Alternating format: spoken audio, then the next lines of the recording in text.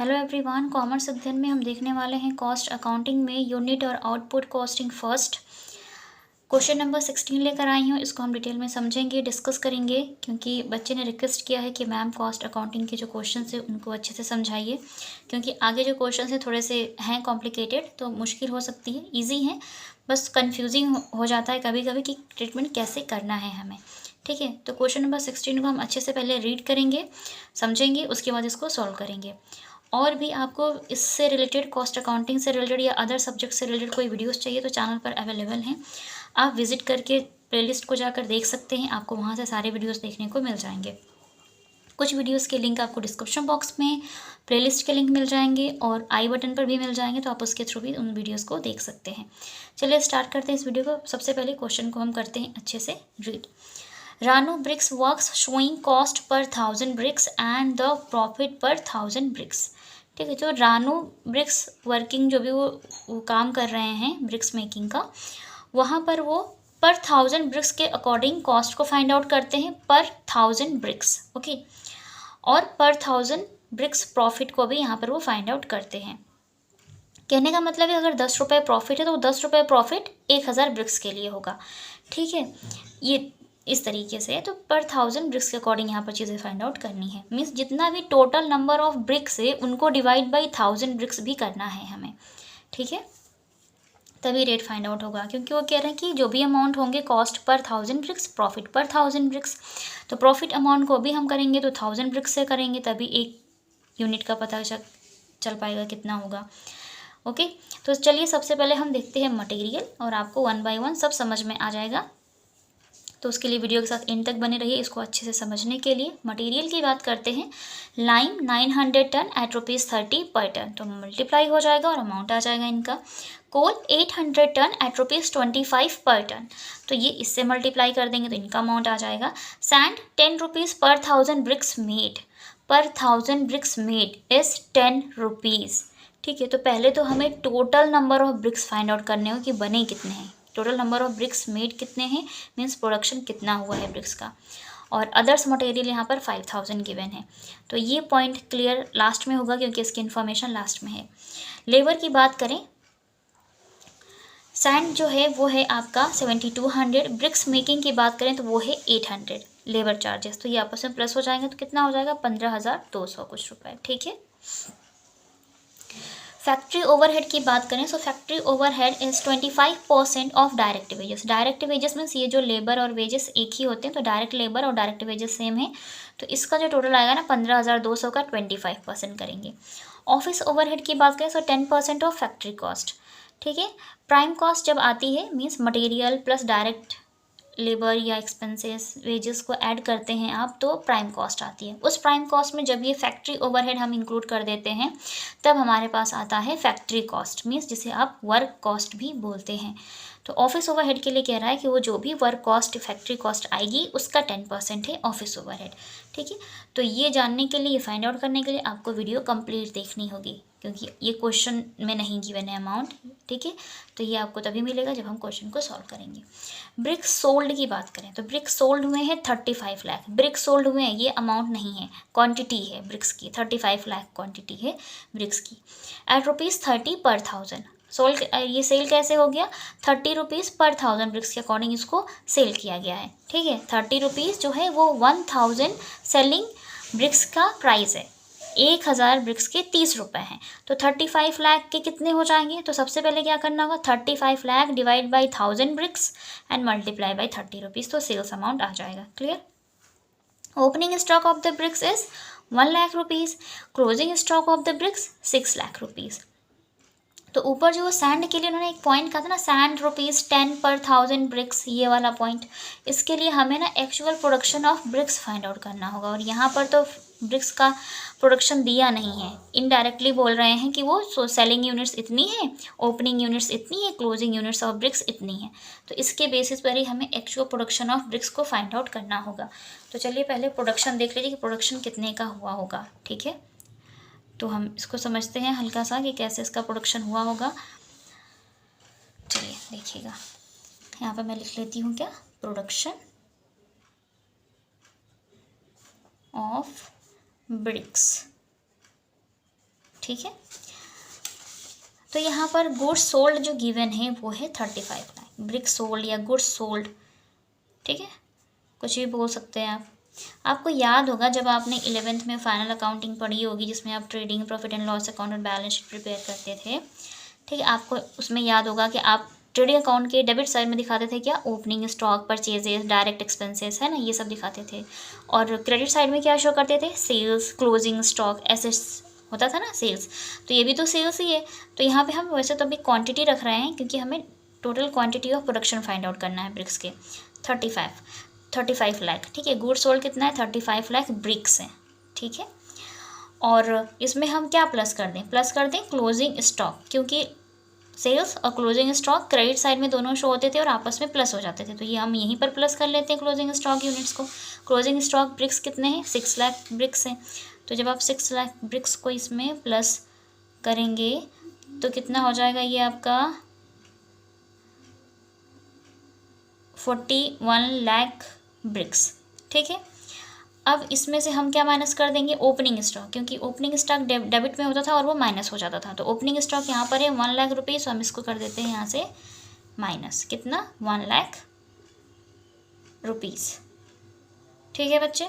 जब आप इसको 1 लाख रुपीज़ को माइनस कर दोगे तो ये हो जाएगा आपका कितना, 41 लाख था तो 40 लाख हो जाएगा। क्लियर। इस तरीके से production of BRICS actual find out कर लेंगे हम, ठीक है। एक्चुअल प्रोडक्शन ऑफ ब्रिक्स आ जाएगा कितना, 40 lakhs.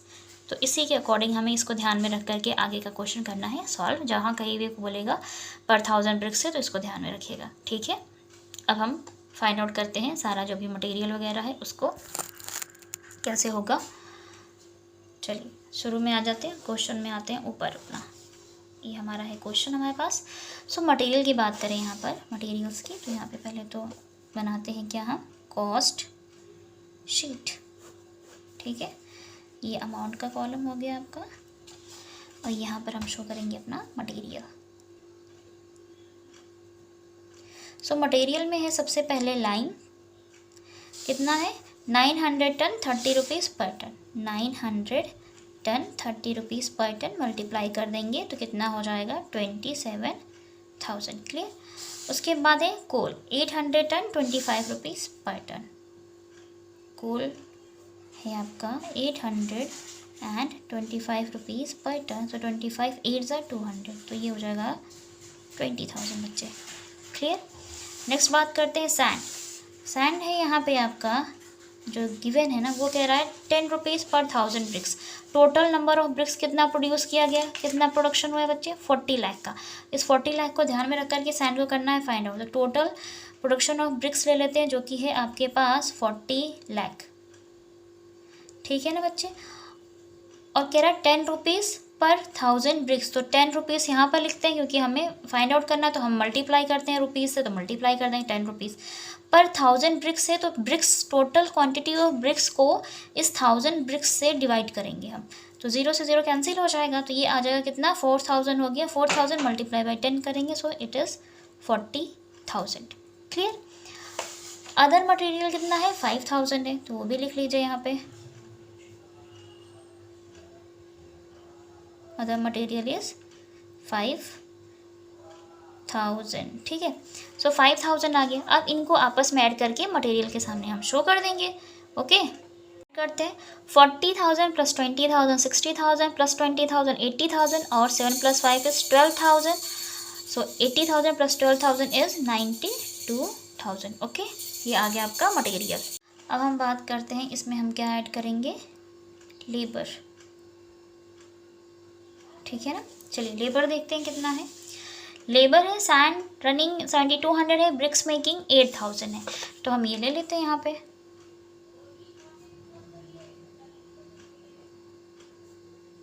$7200 BRICS making is 8000। Total कितना हो जाएगा, लेबर 15,200 बच्चे, ठीक है। ये आ गया।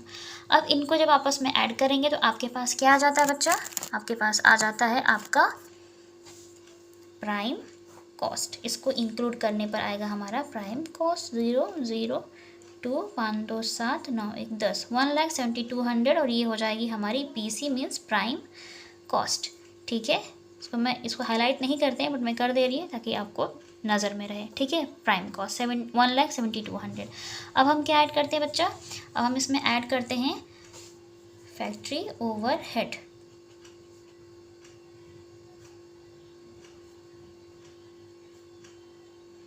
अब हम ऐड करेंगे इसमें फैक्ट्री ओवरहेड। और फैक्ट्री ओवरहेड को चेक करते हैं कितना है और क्या कह रहा है।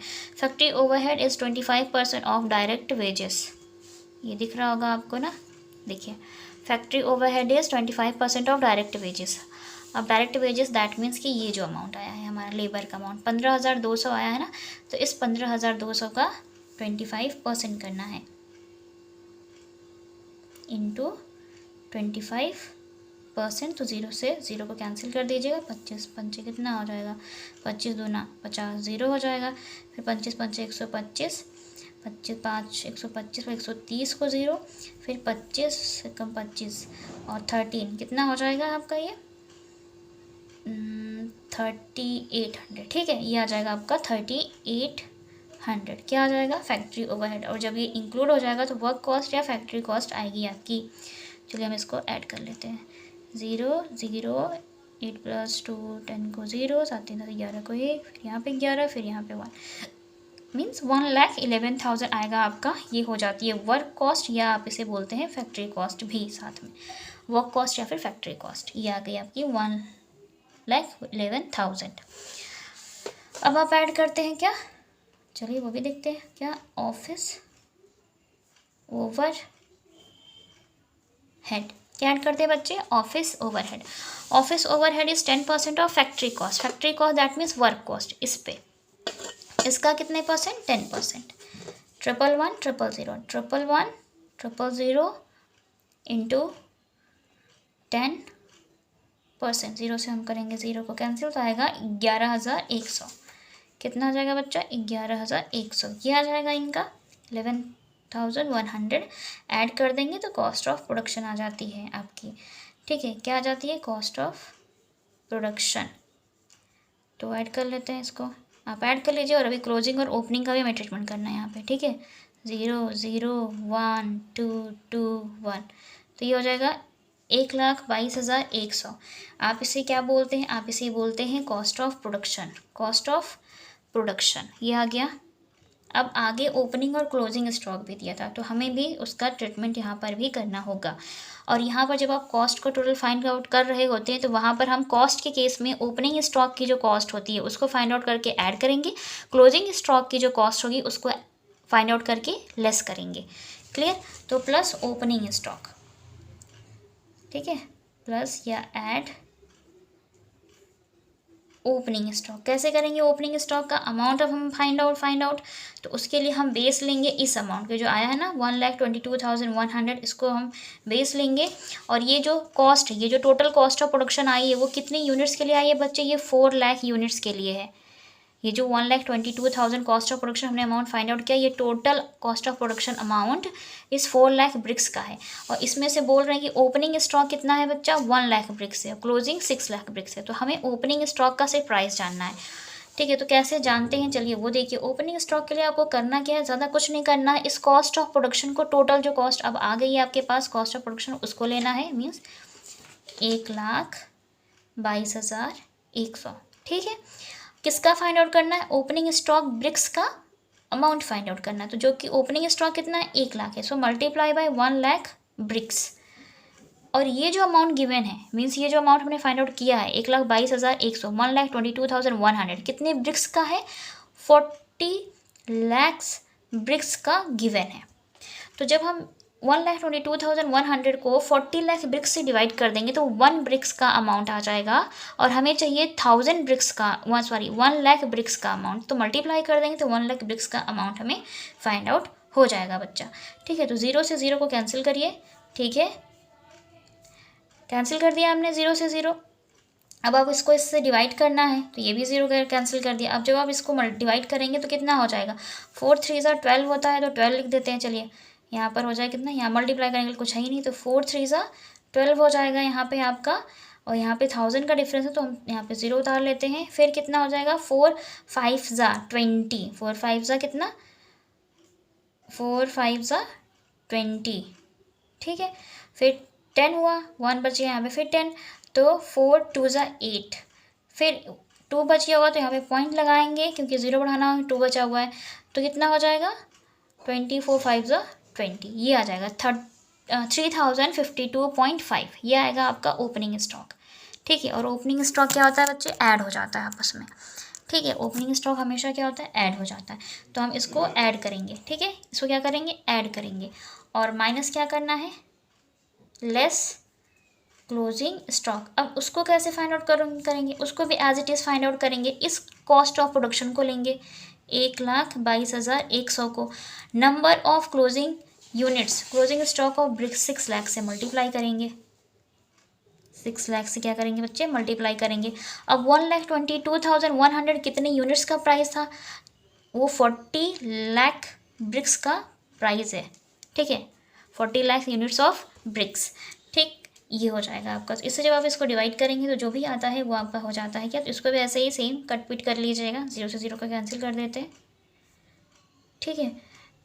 और डिवाइड करोगे तो यही आएगा, और इस देखिए डिवाइड आप जब करेंगे क्योंकि सेम अमाउंट है तो ये आया होगा, तो अब आप इसको 6 से मल्टीप्लाई कर दीजिए, तो कितना हो जाएगा जब आप 6 से मल्टीप्लाई करेंगे तो ये हो जाएगा ना, 6 5 ज़ा 30 होता है तो यहाँ पर हो जाएगा 0, फिर पॉइंट लगा दिया, 6 5 ज़ा 30, फिर 6 2 ज़ा 12 प्लस 3 5 15 हो जाएगा, तो 5 6 5 ज़ा 30 हो जाएगा, 30 प्लस 1 31, 1 कर लिया हमने, ठीक है। फिर 0 है तो 0 रहेगा तो हमें यहाँ पे 31 पूरा आ जाना है। फिर 6 3 ज़ा 18, कितना, 6 3 ज़ा 18, 18,315, ये आएगा आपका क्लोजिंग स्टॉक यूनिट्स आ जाएंगे आपकी, क्लियर।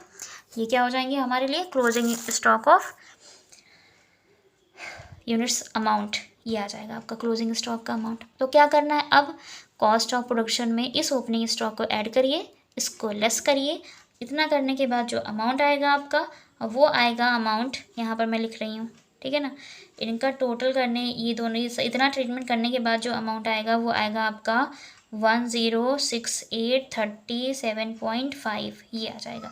तो आप सेलिंग कॉस्ट वगैरह कुछ है नहीं तो आप इसको बोल सकते हैं टोटल कॉस्ट, ठीक है, क्या बोल सकते हैं, टोटल कॉस्ट। तो ये आ गया आपका।